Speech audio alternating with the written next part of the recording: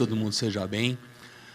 Eu sou Nicolau Neto. Brevemente aqui quero primeiro agradecer a oportunidade, agradecer aí a Melissa pelo convite de eu estar podendo participar aqui com essas pessoas super bacanas e ilustres aqui num bate-papo legal sobre fintechização. O evento é um evento super bacana, eu já tinha acompanhado outras edições e acompanho o trabalho da ProScore, da Bancoin, o que traz também aí corrobora a qualidade de tudo isso que está acontecendo.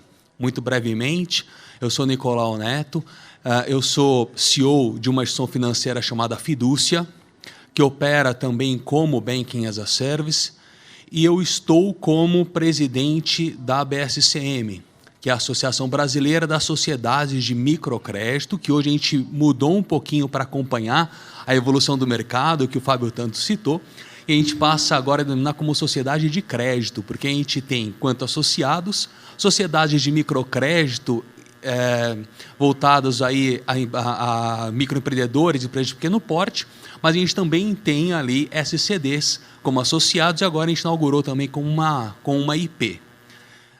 Então, também gostaria aqui de passar para os meus amigos, para que eles pudessem aí se apresentar, falar um pouquinho de vocês, para que a gente possa homogeneizar aqui o conhecimento. Legal? Fiquem à vontade. Bora lá, André? Gente, bom dia a todos. Eu queria agradecer também primeiro a Melissa, em especial a Melissa, a Fernanda, que eu tive mais contato, né? E toda a equipe da ProScore pelo carinho com que foi recebido aqui. Parabenizar pelo evento.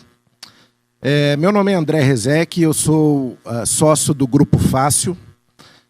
Hoje a gente tem aproximadamente 800 colaboradores, a sede lá em BH, uma filial aqui em São Paulo, Porto Alegre, Curitiba, Foz e Palmas. Acho que lembrei de todas.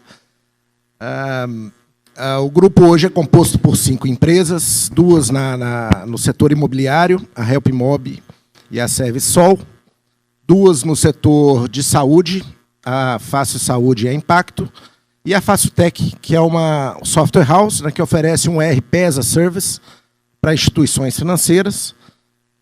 A gente tem hoje um portfólio bastante diversificado de instituições, desde SCMs, DTVMs, agências de câmbio, cooperativas de crédito, agências de fomento, financeiras, bancos e, mais recentemente, né, as fintechs, SCDs e ECPs e as IPs. Então, é mais ou menos isso. Bom dia, pessoal. Meu nome é Marilyn, eu sou CEO do Bank, uma plataforma de Banking as a Service. Primeiro, queria agradecer a Mel, toda a equipe ProScore, né, pelo convite, o evento super rico, com temas incríveis aqui, né, super gostosos da gente discutir. Prazer estar aqui com vocês, Nicolau, André, Fábio também. E falando um pouco do Bank, né, a gente é uma fintech, pegando o gancho do Fábio da última apresentação. Somos uma instituição de pagamento regulada, autorizada pelo Banco Central. E o que a gente acredita? A gente acredita na democratização da oferta de serviços financeiros. O que é isso? Né? Que a gente consegue chegar com serviços financeiros onde, muitas vezes, grandes bancos não conseguem chegar. A gente, né, acredita que consegue, de fato, levar uma conta digital, um Pix, um meio de pagamento para populações e através de jornadas não óbvias, através de players não necessariamente que são os bancos tradicionais e, de fato, ter essa inclusão no sistema financeiro nacional. Hoje a gente tem mais ou menos 210 clientes já na nossa plataforma, alguns milhões de contas abertas, estamos em todos os estados do país. Somos uma das maiores plataformas de Banking as a Service da América Latina, com 2 anos de operação. E eu acho que, né, de novo, pegando um pouco aqui da apresentação do Fábio, que foi, para a gente, uma abertura super rica, nosso objetivo é, sim, promover essa oferta de serviços financeiros de forma regulada, né, cumprindo com as exigências do Banco Central, cumprindo com todas as diretrizes de gestão de risco, mas de uma forma descentralizada, uma forma mais diversificada. Então, é isso. Passo a palavra aqui para o Fábio. Obrigado, Mari. Obrigado, pessoal. Satisfação estar com o grupo. Obrigado, a Melissa, também pelo convite. Acho que vai ser um painel super rico, aí, bastante trocas. O tema Banking as a Service está bem bem difundido, né, embora seja bem difundido, tem uma série de dúvidas sobre rumos, perspectivas, e espero poder contribuir na conversa, né? Eu sou diretor de produtos da Fintech Magalu. Fintech Magalu é uma vertical da Magazine Luiza, especializada em meio de pagamentos, crédito e adquirência. A gente opera para operações do grupo, do ecossistema, tanto as empresas do Magalu quanto as empresas associadas ao Magalu, mas também para o mercado, né? O sistema financeiro ele envolve escala e a gente tem bastante coisa para dividir com relação aos serviços ao longo aí da conversa. Legal. Só relembrando um pouco aqui também, o tema do painel, que acho que é por aí que eu vou acabar puxando um pouco o assunto. Primeiro, a gente já percebe que só a composição já traz uma diversidade super bacana, né? Então, está super implícito aqui a parte do que é a descentralização, não só a descentralização do serviço financeiro, mas o próprio crédito, que foi descentralizado e que carrega, num trabalho de Bank as a Service, por exemplo, o processo de democratização disso tudo, o que é o mais importante disso aí, né? É alguém que está por trás aqui trazendo o sistema para que a gente consiga viabilizar tudo isso. Bem, como eu estava falando, o tema do painel proposto é fintechização é para todos. Como essa arquitetura múltipla pode deixar o seu negócio ainda mais competitivo? Bem, daí eu acho que o primeiro passo aqui seria a gente tentar pelo menos colocar num conhecimento comum a palavra fintechização. Porque isso pode trazer uma dúvida, ou o que é? A fintechização serve só para a fintech? Ou é para quem consome um produto de fintech? O que é, né? Então, assim, André, eu queria puxar um pouco esse assunto com você, já que você pauta essa parte da tecnologia também, como você colocou, apesar de ter várias outras experiências, e, evidente, a gente pode também discutir isso em conjunto, mas seria o primeiro ponto, né? Para você, o que é a fintechização? Bom, eu acho que, tecnicamente falando, né, a fintechização, esse termo, é a oferta de produtos financeiros, né, por empresas de segmentos diversos. E eu acho que é aí que está a beleza da coisa, né? Várias empresas de vários segmentos que passaram a oferecer produtos financeiros. E aí, produtos diversos, crédito, financiamento, cartões, meios de pagamento, contas digitais. Então, o que eu percebi desse mercado, desse tempo, e tenho 25 anos já de Grupo Fácil, né, que todas as empresas sempre tiveram a necessidade de oferecer um crédito ou para os seus clientes ou para os seus fornecedores, né? E, se não tiveram a necessidade, havia ali uma oportunidade de negócio. Mas, antigamente, isso era feito, existiam basicamente dois modelos de negócio. Ou elas se buscavam uma entidade parceira, né, uma instituição financeira, geralmente uma financeira ou um banco, né, para oferecer esses produtos, ou ela mesma criava a sua estrutura, criava a sua financeira ou o seu banco. Só que eu vejo aí, né, isso antigamente, problemas nesses dois modelos. Primeiro que você ter um parceiro bancário, né, você vai deixar, inevitavelmente, a maior fatia do bolo com eles, né? Isso não é inevitável.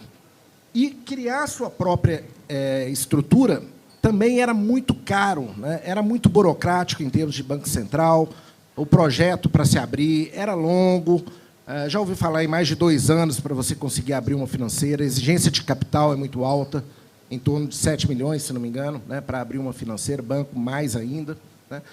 Então, um pouco depois disso, mas antes de 2018, as empresas criaram um terceiro modelo, que a gente chamou no mercado de bancarização, né?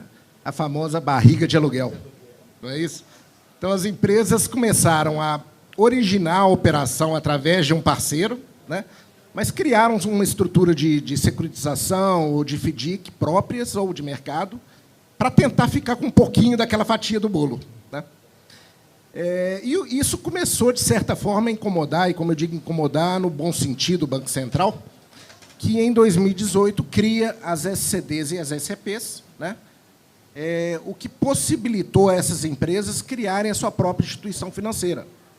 E as SCDs e as SCPs, diferentemente de uma financeira e de um banco, elas têm uma estrutura muito mais simplificada, a exigência de capital é muito menor, 1 milhão, a agilidade do Banco Central, a burocracia é muito menor.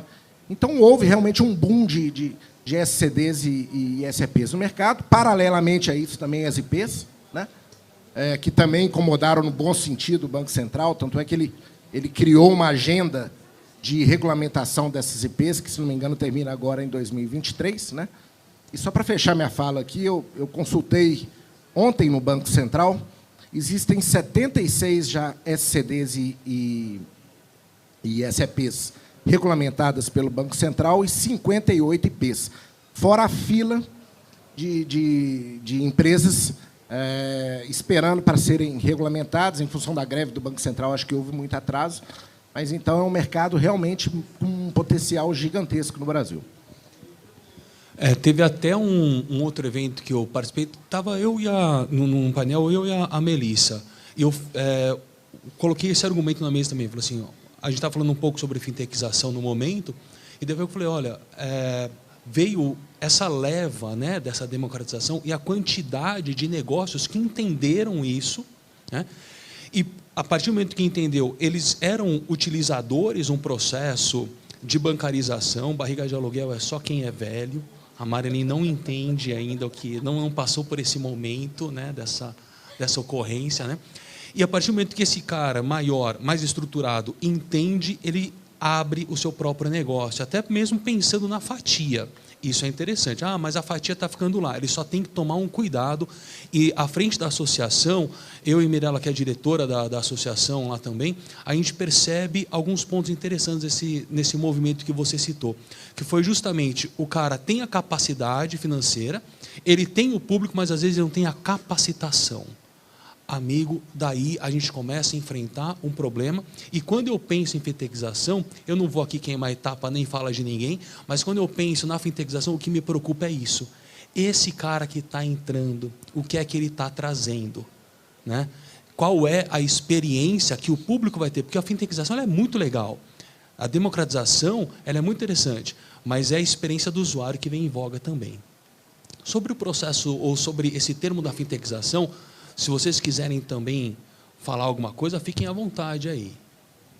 Eu acho que, só complementando aqui, Nicolau, acho que vocês devem receber esse questionamento também quando a gente conta um pouco do modelo de negócio do Bankly, de Banking as a Service. Todo mundo fala, poxa, por que ninguém pensou nisso antes? Né? Lá em 2015, né? Os primeiros Banking as a Service aqui no Brasil surgiram mais ou menos em 2016 para frente. E eu acho que a tecnologia aqui também foi nossa grande aliada. A gente falou aqui do API Economy nos outros painéis, mas também foi super positivo. A gente não conseguiria ter feito isso sem tecnologia via APIs, que é totalmente favorável à experiência do usuário final, à integração, a como é que esse produto financeiro ele vai chegar para o público como um todo. A gente está falando aqui da barriga de aluguel, né? Naquela época, não se tinha integração API de forma tão normalizada, né? Não era tão estándar como é hoje dentro da nossa tecnologia. Então, muitas vezes, também machucava a experiência da integração e da oferta como um todo. Por isso que eu acho que o Banking as a Service ele acaba, com a tecnologia, trazendo essa mágica da experiência seamless, como se você estivesse em um banco normal. Acho que esse é o grande ponto. E aí, pegando só um gancho do que você falou, Nicolau, da expertise, né? A gente sente muito isso no Bankly. Como instituição regulada, né, a gente tem todo um framework regulatório, principalmente sobre os produtos novos, Open Finance, o PIX, as exigências. Então, digo que é desafiador a gente trazer esse conhecimento nosso, enquanto instituição regulada, autorizada, para os nossos clientes, para mais de 210 clientes que a gente tem hoje na plataforma. Claro que o nível de conhecimento técnico desse cara que já está bebendo da nossa infraestrutura, mas só está com a experiência, só está, né, de fato, conversando com o cliente final, ela é muito menor do que se fosse abrir a licença do zero, do que se fosse, de fato, bater lá no Banco Central e pedir uma licença do zero. Mas, ainda assim, é responsabilidade nossa, né? Uma corresponsabilidade, é bem desafiador, mas acho que os agentes de Banking as a Service, principalmente as instituições, têm grande parte de responsabilidade aí nesse sentido. Né? Eu acho que um ponto importante também é que ele troca um custo fixo, né, que ele teria, por um custo variável. Né? Então, eu acho que o Banking as a Service, ele trouxe uma democratização muito grande nesse sentido. Mais leveza, né? Mais leveza para o negócio, exatamente. E os pequenos e médios, né, podem começar a operar uma conta digital. E, evidentemente, é uma questão de conta, né? Você faz a conta, bom, vale a pena agora eu partir para uma comp própria, um Pix próprio, um NPC próprio, ou continuo como serviço, né, com uma instituição parceira? Se puder só adicionar alguns pontos aqui. Quando você fala de Bank as a Service, tem muito de serviços que são relacionados à infraestrutura, né? Você vai conectar com o Banco Central para Pix, para parte de toda a obrigação de uma conta digital, que o Bank as a Service pode prover, eu acho que já tem uma série de empresas que têm essa proposta de valor, mas tem surgido uma nova onda, que é uma onda de especialização em alguns temas, né?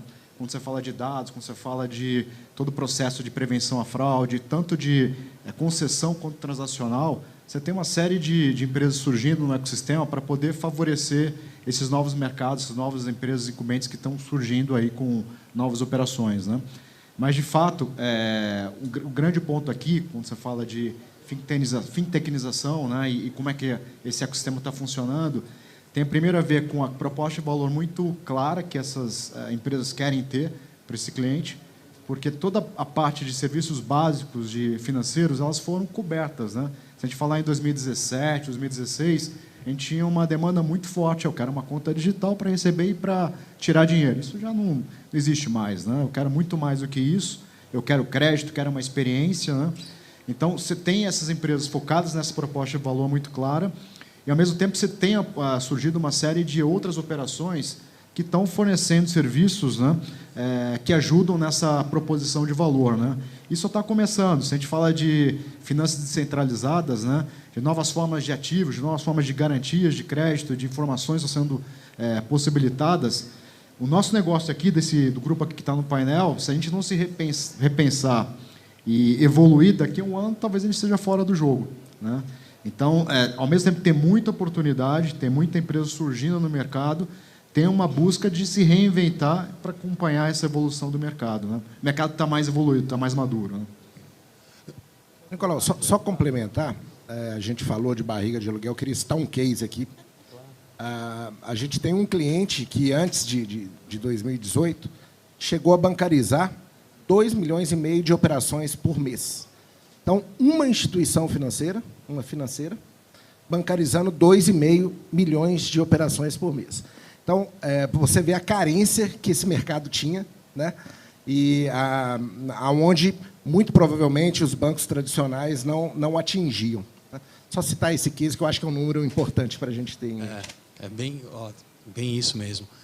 Cara, antes de puxar uma segunda conversa, talvez uma provocação para que se couber na fala de vocês também, e puxando um pouco o que o Fábio citou, e tomando como exemplo também até o que o xará lá, outro Fábio, né, o Lacerda estava falando, tem um movimento que é interessante, né? Ele não compromete a democratização do crédito, isso é verdade. Mas a hora que, esse movimento que eu estou me referindo, mas a hora que eu olho assim, então de repente você teve fintech surgindo especializadas em uma especificadora. De repente, essa fintech vai além e ela começa a oferecer outras coisas. Então, aquilo que você partilhou, será que ele não está, para o futuro, voltando para o mesmo ponto? Então, você tinha a financeira ou o bancão, reunia tudo, de repente, espalhou tudo. Mas agora esses caras estão reunindo também, então agora ele presta conta, mas ele quer fazer empréstimo, ele quer vender seguro. Opa, pera lá, a gente está voltando para o mesmo ponto? Será que é ou não? Mas, enfim... Daí, Fábio, eu queria puxar uma outra pergunta com você aí, aproveitando justamente essa parte do Magalu, que é muito, muito bacana, e queria entender de você o seguinte: como que a fintechização agrega o seu negócio e o deixa mais competitivo? Perfeito. Magalu teve uma evolução muito rápida, né? Um crescimento muito expressivo nos últimos anos, né? Uma operação que nasceu no mundo físico, com lojas, né? Rapidamente foi para e-com, e agora trabalha no modelo de marketplace, né? 70% do volume de vendas do Magalu passa pelo mundo online, né? Então, isso é uma transição muito rápida. E desses 70%, boa parte já são de produtos de parceiros, né, que fazem venda dentro do Magalu, né? Quando você fala de um varejo, qualquer equação que envolva pagamentos, ela é crucial, porque envolve conversão. Você tem todo o custo de aquisição de clientes. Se você, lá no final, não aprovou a transação no acquire, ou se você não conseguiu conceder o crédito, isso foi para fora, você jogou dinheiro fora na aquisição, de marketing, todo o trabalho que foi feito. Né? Então, tem o primeiro ponto, que é a conversão para esse varejo. Né? Mas, quando você trabalha no modelo de marketplace, você não tem como cliente só o cliente final. Você tem as empresas com quem você opera, que vendem no seu marketplace. E hoje são mais de 200 mil empresas que vendem no marketplace do Magalu. E essas empresas têm necessidades. Tem necessidade de crédito, tem necessidade de pagamentos, tem necessidade de gestão de risco. Então, a operação de fintech, ela entra com toda essa proposta de valor, tanto para atender as operações do mercado tradicional, do negócio tradicional, né?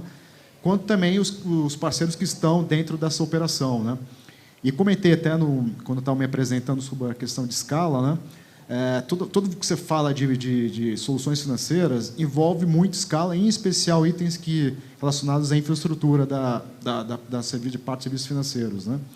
A ideia do Magalu é, bom, atendemos nosso negócio interno, a gente tem volume suficiente para poder ter uma operação muito rentável de fintech, pegar uma parte dessa receita transacional e gerar mais vendas. Né? Mas o propósito da Magalu é digitalizar o Brasil. Digitalizar o Brasil passa por inclusão financeira. Então, nós trabalhamos também com exposição de APIs, de uma série de serviços de adquirência, de processamento de cartão de crédito, de conta digital, de Open Finance, para empresas que não necessariamente transacionam com a gente. Então, ela tem um papel importante para sustentar o ecossistema, para gerar mais receita, gerar mais margem, gerar mais vendas, mas também tem um papel fundamental na estratégia de digitalização do Brasil, que é a principal missão do Magalu. Então, aí naquilo que a gente vinha falando sobre a democratização, a descentralização e tal, dá para a gente até colocar, nesse caso, o que você citou, até mais um componente, né? Que é a inclusão. Então, até mesmo pela capilaridade que o seu negócio apresenta, né, a inclusão trazendo para um evento de cidadania financeira é super importante. Até mesmo que não se faz inclusão social sem inclusão bancária. Né? Esse é um ponto. Sem dúvida. Né? O varejo ele trabalhou muito bem isso. Né? Operações de cartões de crédito cresceram muito com o varejo, mas junto com bancos. Né? O que a gente está notando agora é essas operações partindo sozinhas para operações. No caso do Magalu, no segmento PJ, PF, a gente tem uma joint venture com o Itaú. Né? Mas segmento PJ, a gente tem uma série de ações aí nesse sentido de crédito. Acho que o comentário aqui, Nicolau, que eu acho fantástico nesse tipo de modelo que a gente vê nos nossos clientes também, é que inclusão não é só acesso. É prover o produto com qualidade, focado naquele público específico. Eu acho que players como Magalu, a gente vê isso em alguns players bastante nichados, clientes do Bank, é exatamente isso. Poxa, eu estou pensando naquele consumidor específico. É aquele consumidor que é cliente do Magalu, que eu conheço ele, né, e que eu sei das necessidades dele. A gente tem muitos clientes, a gente tem um cliente que é uma concessionária de energia, então, poxa, ele conhece, é o cliente que está pagando a fatura, né, que recebe a visita do leiturista há anos, né, pagando sua fatura de energia ali. Então, de fato, ele conhece as necessidades. Poxa, não é nem só conta, não é nem só a bancarização de fato, mas se estou precisando de um tipo de crédito específico, de seguro, como é que é o ciclo de vida, como é que é a vida financeira desse usuário. Então, eu acho que está aí a riqueza da gente distribuir entre vários agentes de mercado que, de fato, conhecem o cliente lá na ponta. Não é aquela distribuição massiva, né, de produtos financeiros. No mar aberto, né? Perfeito. Muito interessante.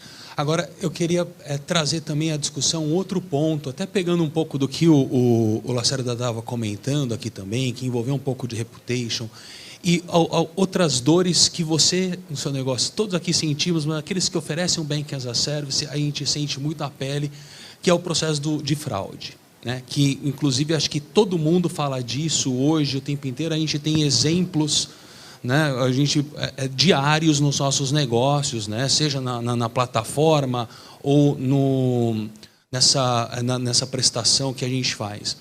E daí a minha pergunta que eu queria trazer para você, Marilyn, seria o seguinte: oferecer a fintechização é para todos, pensando nessa segurança, pensando que existem aí muitos daqueles que oferecem um processo de fintechização, mas a hora que você olha, lá no escritório a gente brinca, ele é um Frankenstein. Né? Ele é uma coxa de retalhos, ele é uma parede de tomadas. né? Onde ele deixa o cliente plugar, mas na hora que você olha para trás, ele está plugado em uma infinidade de outras pessoas, né? Qual é a segurança que isso traz, né, num negócio, ainda mais nisso que a gente está vivendo hoje, Banco Central mudando regra de PIX por conta de fraude, o juízo condenando a conta que recebe um evento de fraude, não é mais aonde a fraude nasceu, mas é também a cadeia inteira começa a ser responsabilizada. Então, pensando nisso tudo, né, a minha provocação ou a minha pergunta com você seria justamente essa. E oferecer a fintechização é para todos? Legal, super pertinente esse ponto e atual. Acho que todos nós que trabalhamos com serviços financeiros nos mais diversos tipos de serviços, a gente está sentindo o peso, né, dos eventos de fraude, dos ataques cibernéticos, tudo nesse sentido. Acho que alguns pontos aqui, tá, Nicolau? Acho que, primeiro, foi muito importante para a gente nunca abrir mão do nosso processo de conhecer seu cliente, do Know Your Client. Então, enquanto instituição regulada, o que foi... Antes parecia que machucava, né? O cliente, poxa, tenho que pedir todas as informações quando eu vou abrir uma conta, eu tenho que pedir documento, eu tenho que pedir a selfie, os dados cadastrais. A nossa experiência é padronizada para todos os players. Então, a gente sempre pediu, a gente sempre motivou o conhecer seu cliente, é obrigatório. Então, isso acho que foi muito importante para a gente ter uma estrutura de risco. Falou muito do nosso apetite a risco, né, na entrada do cliente, que a gente considerou importante. Acho que outro ponto é sem machucar a experiência, né? Então, a gente tentou passar isso para os nossos parceiros. Eu lembro, assim, pelo menos quando a gente começou uns 2 anos atrás, era muito comum o onboarding mais simples, né? Poxa, você só pede dado cadastral e não pede mais nada. Então, acho que o mercado vem evoluindo nesse sentido e vendo a riqueza da gente ter um processo um pouquinho mais diligente, vamos dizer assim. Outro ponto, que acho que é um bônus aqui do nosso modelo de negócio, a gente dificilmente tem clientes mar aberto, é muito mais nichado. Então, a gente trabalha com players que já conhecem seus clientes. Isso, para a gente, facilita um pouco, né? Não estou falando que a fraude não existe, que as tentativas não existem, mas a gente está sempre buscando um público específico. E, por último, acho que mais importante de tudo, tá, pessoal? Acho que combate à fraude, combate ao terrorismo, as próprias anti-lavagem de dinheiro, não é só uma responsabilidade da instituição. Também é dos clientes, também é dos nossos parceiros e também nosso como cidadão, né? Então, o nosso trabalho de conscientização desses players, que acho que a gente bem falou aqui, né? Geralmente não são players que conhecem de sistema financeiro, são empreendedores que querem agregar serviços financeiros. Cara, não conhece de fraude, né? de gestão de risco, é muito complicado. Então, é trabalho nosso, essa conscientização dos nossos parceiros, para que, de fato, a gente tenha uma operação responsável. A gente sempre fala lá no Bankly que nosso desejo é que a operação do nosso parceiro ela seja uma extensão da nossa operação. Então, que a gente consiga levar todos as nossas boas práticas, nossas diretrizes regulatórias até a ponta. Inclusive que seja, poxa, não sou regulada, mas vou sim seguir as práticas do manual de experiência do PIX do Banco Central. Então, é nesse nível aí de diligência que a gente segue.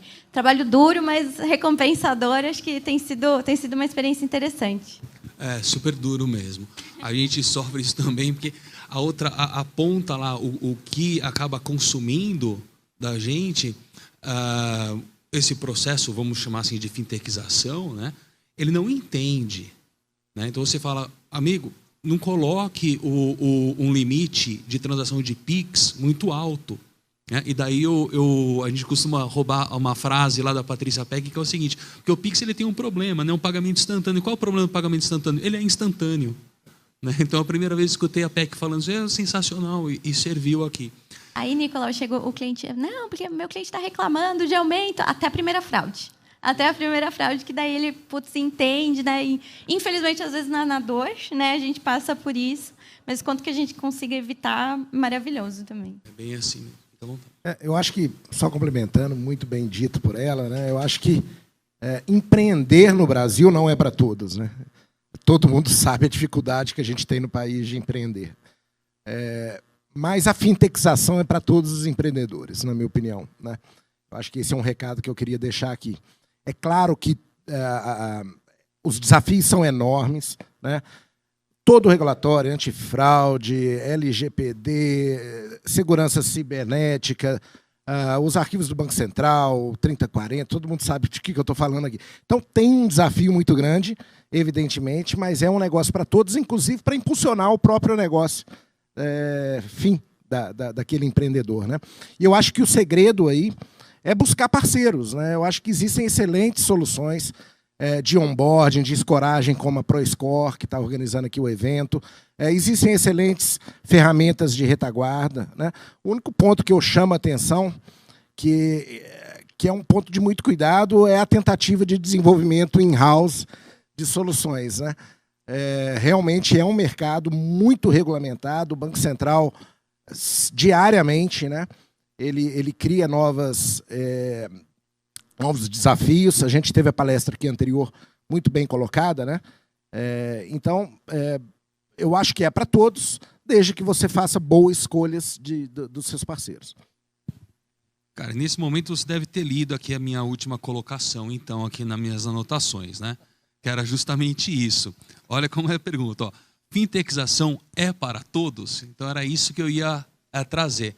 Eu queria que vocês falassem, né, desse essa opinião agora do lado do consumidor, né? Eu provoquei a Marilyn do lado do fornecedor, agora seria do lado do consumidor. Mas eu também queria, nesse pensamento que vocês fossem desenvolver, colocar alguns pontos, se é que vocês acham interessante utilizá-los. Que é justamente assim, então, se o indivíduo, se a empresa, ela deseja essa fintechização, ela deseja se fintechizar para quê? Para buscar o quê? Um custo, a qualidade e o acesso, como o Fábio colocou? É isso que ele está buscando para quem? Para ele ou para ofertar para o cliente dele? Né? Onde é que está a nobreza disso tudo, por exemplo? Né? Então, voltando ao ponto aqui, que eu queria que cada um de vocês comentasse para a gente fazer esse encerramento da conversa, é justamente isso. Fintechização é para todos? Vou começar aqui então, puxar. Sim, certamente mas com níveis de adoção distintas, né? Você tem operações que vão precisar de ponta a ponta de soluções de fintechs, né? Fintechizar-se, mas tem operações que vão simplesmente consumir um serviço de uma fintech, né? Então, o que eu queria indicar é que todo o processo hoje que a gente conhece com relação a crédito, ele está sofrendo uma mudança muito grande. Os temas que a gente já deve ter acompanhado hoje nos painéis, Open Finance. Então, você tem uma simetria maior de dados, você tem o domínio das suas informações.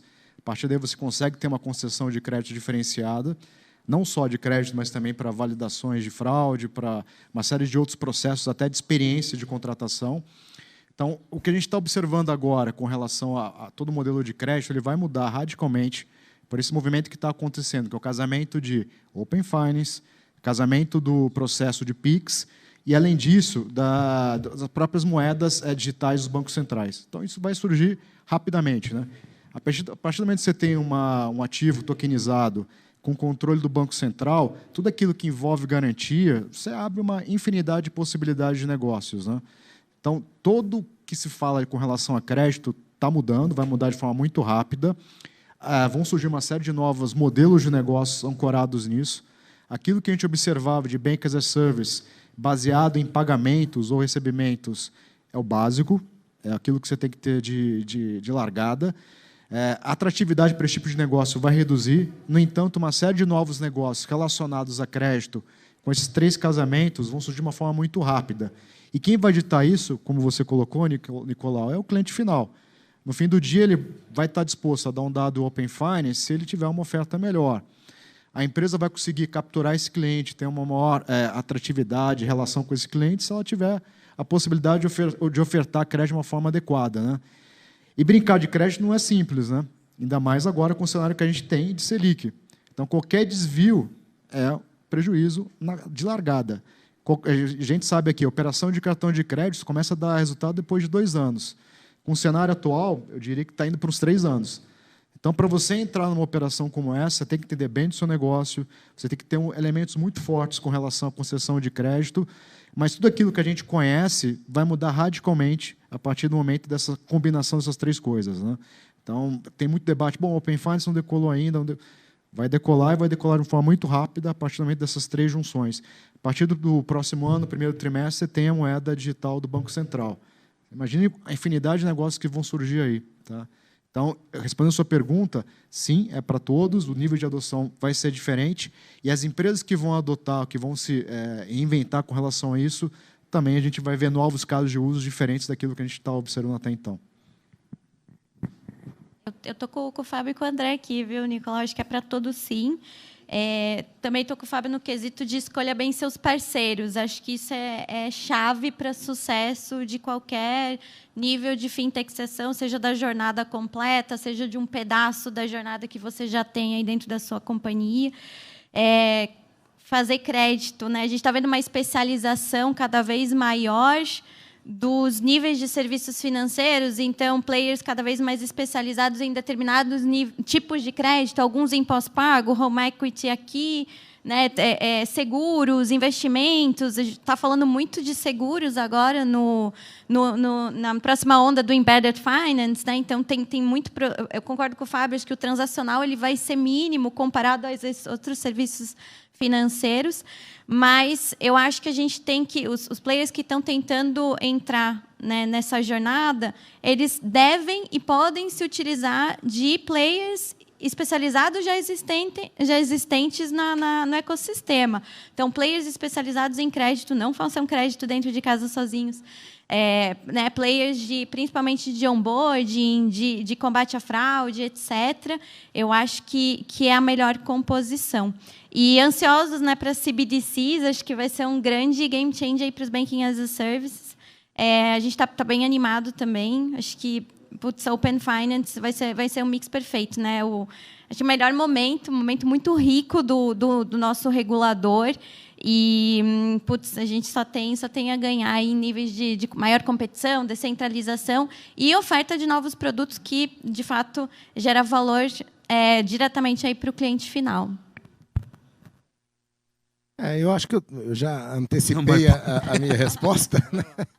Mas a fintechzação ela tem que ser uma ferramenta, né, para essas empresas de fidelização, não só de monetização especificamente, evidentemente, também, mas de fidelização dos seus clientes, de alavancagem dos seus negócios. Né? A gente sabe como é difícil, por exemplo, monetizar uma conta digital, né? Mas ela acaba sendo uma ferramenta muito importante ali de cross-selling, né? de fidelização do seu cliente. Então, a gente tem que analisar essa questão por outros ângulos também, não só a monetização específica daquele instrumento. Né? Exato. É a criação de um ambiente bancário nichado e customizado para o cliente, né? Bacana. Bem, acho que encerramos e estouramos o tempo já. Eu queria agradecer, foi muito legal, né, a participação, quanto vocês também se entregaram ao painel, isso foi muito legal, agradeço. Né? Agradeço também a oportunidade que a Melissa, seu Pedro, né, concedeu aqui de estar participando, e fiquem à vontade para vocês darem as palavras finais. Super obrigado a Melissa, grupo do ProScore, a vocês, obrigado pela troca. Assim, o recado final seria, esse mercado está mudando muito, tem muita oportunidade. A gente, no caso do Magalu, falando aqui do meu discurso final, a gente está abertos aí para parcerias e prover as soluções que hoje estão dentro de casa para o mercado como um todo. E tenho certeza que vão surgir novos negócios, novos debates que vão ser muito propícios tanto para o consumidor final, quanto para a economia, como para os empreendedores. Né? Então, é muito bacana poder fazer parte desse movimento, desse ecossistema. Muito obrigado. Obrigada também, pessoal. Foi um prazer, super rica a discussão. Sempre né? Sempre é muito, muito legal. E obrigada aí pelo convite. É um prazer poder representar o Bankly, contar um pouco da nossa trajetória tão nova, mas tão rica. Então, também faço das palavras do Fábio as minhas. A gente está super abertos às parcerias. Tem inovado bastante nesse mercado de Banking as a Service, tem colhido frutos muito interessantes ali dos empreendedores que hoje estão com a gente. Então, é isso, portas abertas aqui também. Obrigada, pessoal. Eu também gostaria só de agradecer, principalmente a Melissa, a Fernanda, a Fabiana, parabenizar a todos aqui. Eu acho que só craque aqui no palco, né, Nicolau? e eu espero, de alguma forma, ter contribuído com esse painel. Estamos aqui na terceira edição do Score Summit com Nicolau Neto, CEO da Findúcia SCM. A nossa primeira pergunta vai ser sobre o painel, né, que ele acabou de moderar. Como é que a fintechização mudou a experiência do usuário? Legal. Eu penso assim, o processo de fintechização que ele trouxe foi uma democratização de serviços e produtos financeiros. Aí a gente não está falando só da oferta de crédito, mas a gente fala da oferta de crédito, a gente fala da possibilidade de uma conta transacional, pessoas antes que estavam à margem de um sistema financeiro tradicional, na época ainda dominado pelos grandes bancos, que transacionavam muito em dinheiro porque não tinham possibilidade de abrir uma conta bancária, até mesmo por motivos diversos, que tivesse uma restrição, às vezes o banco não queria, porque a abertura de conta para um banco maior significa, às vezes, obrigatoriamente, a fornecimento de um limite de crédito, né? Então estava muito correlacionado. E eu entendo que essa fintechização, ela traz soluções para essas dores, né? Então, essa que é o que se fala muito modernamente hoje das finanças descentralizadas. A fintechização está dentro do processo de finanças descentralizadas, levando produtos e serviços financeiros para os mais diversos públicos e regiões do país. Certo, a gente também queria falar um pouquinho sobre a sua carreira. Você está aí no segundo mandato, né, como presidente da BSCM. E aí eu queria saber como é que está sendo essa experiência e como é que ela impacta o seu trabalho. Bacana. Então, a BSCM ela é uma associação, a sigla significa Associação Brasileira das Sociedades de Microcrédito. Só que é uma associação de 22 anos de existência. E ela foi fundada justamente para atender, na ocasião, a existência, a criação de uma instituição financeira chamada SCM, que o Banco Central fez. No decorrer dos anos que se passaram, a gente foi percebendo, as gestões foi percebendo que esse processo ele evolui, as instituições evoluíram, né? O que uma sociedade de crédito ou microempreendedor representava antes não é o que mais representa hoje, né? E a diversidade de instituições que se criaram, por exemplo, as SCDs. Com isso a gente deu uma repaginada na associação. Hoje ela busca instituições financeiras reguladas, de um modo geral. Então nós temos aí associados que são SCMs, EPP, associados que são SCDs, associados que são IPs e associados inclusive que são CFIs, que são Sociedades de Crédito, Financiamento e Investimento, que é aquilo que a gente corretamente chama de financeira. Muito bem. Estar dentro da associação traz para a gente uma visão ampla de mercado macro, né? Além de trazer para a gente uma visão ampla daquilo que o regulador exige de uma instituição, né? Para ser presidente é necessário eu estar à frente de uma instituição financeira. Então isso acontece comigo, eu estou à frente da Fidúcia, né? E chegou um momento onde eu fui nomeado presidente. Eu estou na associação desde 2006. Né? Então acho que fora os serviços que ela oferece para os associados, o ponto forte é justamente isso, a gente ter essa interlocução com o mercado macro e com o regulador. Na sua opinião, qual é o principal desafio de oferecer a fintechização? Olha, acho que o principal desafio, a gente falou no painel, é escolher bons parceiros para compor toda essa solução que você quer oferecer, compor esses serviços financeiros e, claro, acho que ter um bom plano de negócio, uma boa estratégia para essa oferta. O que você está agregando de valor para o seu negócio, para o seu cliente final? Está gerando receita, né? Está tendo algum tipo de diminuição de custo? Então, acho que 2 pontos que eu queria destacar. Primeiro, ter uma estratégia muito bem definida e, segundo, escolher bons parceiros aí durante essa jornada.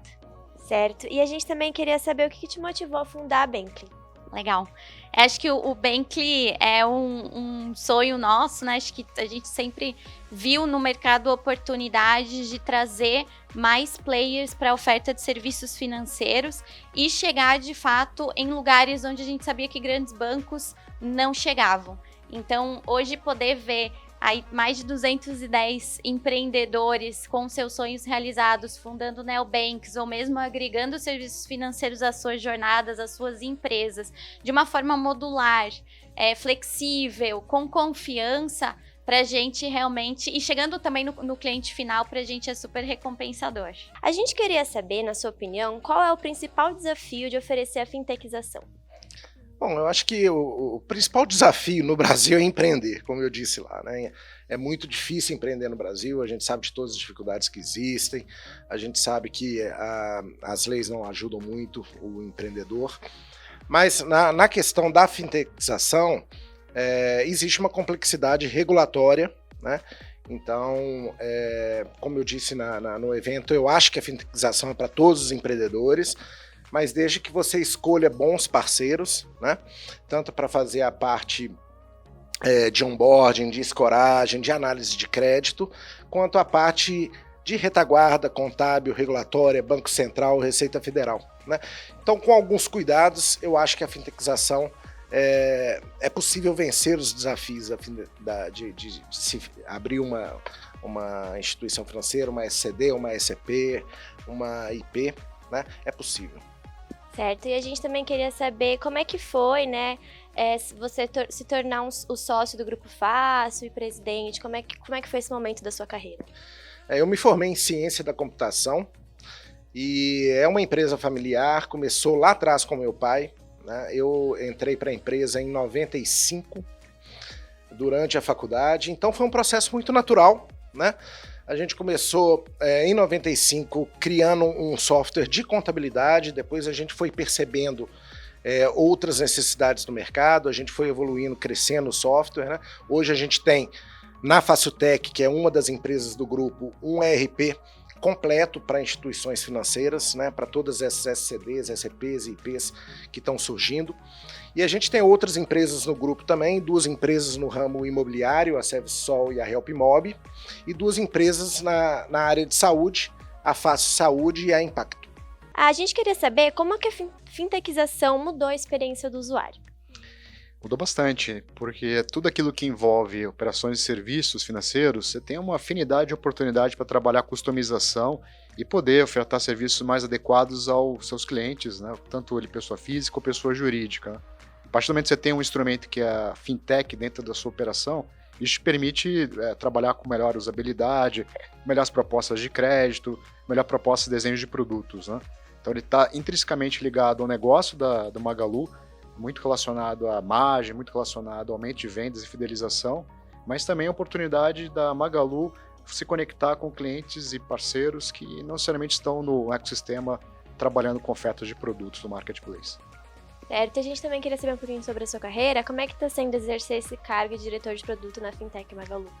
A Magalu é uma empresa sem igual, né? Uma empresa que tem uma proposta de valor muito clara e permeia por mais de 40 mil funcionários, que é trabalhar na digitalização do Brasil e levar o que é acesso hoje de poucos para muitos, né? Então, fazer parte dessa jornada é um privilégio. Você trabalhar com um grupo de executivos diferenciados, com uma proposta de valor muito clara e com uma preocupação muito grande com o social. Então, é um privilégio poder fazer parte do Magalu e trabalhar numa posição de fintech, que também é um mercado bastante agitado, com muita inovação, que permite criar bastante e bastante entrega. Que bacana. E a gente também queria saber suas considerações finais sobre o evento. O evento sem igual, né? Reuniu grupos diferenciados de empresas de sucesso, com temas super pertinentes, né? Sempre uma satisfação, enriquecedor e, embora seja uma interação curta, bem direcionada e possibilita repensar até alguns pontos com relação ao nosso negócio e com relação a parcerias que podem ser desenvolvidas, né? Então, muito importante poder participar e espero que nos próximos anos também esteja aqui com vocês, aprendendo mais e trocando. Eu sou fã do Score Summit, né? Então, assim, já acompanhei as outras edições, né? Acho que ele é super bem montado, acho que as palestras conversam entre si, a forma com que se monta. Acho super diferente essa coisa de não ser um dia batido inteiro, mas dividir em 3 manhãs, né? Isso permite visitações distintas, né? Porque às vezes o indivíduo, eu não posso ir na quarta, ou eu não posso ir no dia do evento, por exemplo, então ele perde o evento. Com essa modelagem que a Melissa colocou, é possível assim, eu não posso ir num dia, mas eu vou no outro. Então, traz, além de todo o conteúdo, traz opções do indivíduo frequentar. Além disso tudo tá disponível lá na internet também para a hora que quiser visitar. Então o alcance se multiplica, acho muito legal. Cara, foi muito rico, foi um prazer estar aqui com o Fábio, André, Nicolau, bate-papo incrível sobre um tema bastante atual. Acho que a gente ainda tem que desmistificar bastante o processo de fintechnização, o papel dos próprios banking as a service na economia, e temas como esse, painéis como esse, são super ricos para esse tipo de discussão, para a gente de fato trazer esse conhecimento para qualquer tipo de público. Eu também sou um fã do Score Summit, né? Eu já acompanhei as duas últimas edições. Eu acho que o principal diferencial desse evento, né, são as pessoas que fazem os keynotes e as palestras. São pessoas, como a gente diria, hands-on, né, que põem a mão na massa, então que entendem as dores, os desafios do dia a dia. Então as discussões são muito práticas e de fato levam um conhecimento muito interessante para quem está assistindo.